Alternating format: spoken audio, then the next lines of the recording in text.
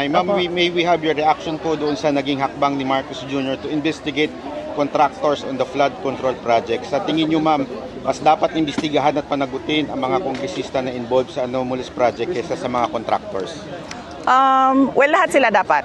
No, hindi lang yung mga contractors dahil yung mga contractors ay mga tauhan din sila ng mga members of the House of Representatives. Kung maalala ninyo, meron akong ginawa na interview noon kung bakit ako umalis sa Department of Education. Binagyat ko doon na 2 tao lang ang nagde-decide sa budget ng Pilipinas.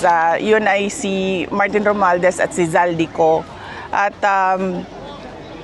yung mga kasamahan nila o mga grupo nila, kasama din nila yon sa paghati-hati noong budget ng Pilipinas. Dahil nakita namin yon sa Department of Education, nabanggit namin yon kay BBM na ganun ang ginawa, pero noon ay wala siyang reaction.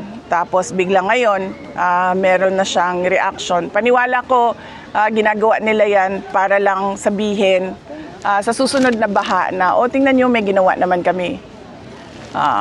Pinaghahandaan niya lang yung excuse niya para sa susunod na baha. Ma'am, in the recent survey of WR Numero,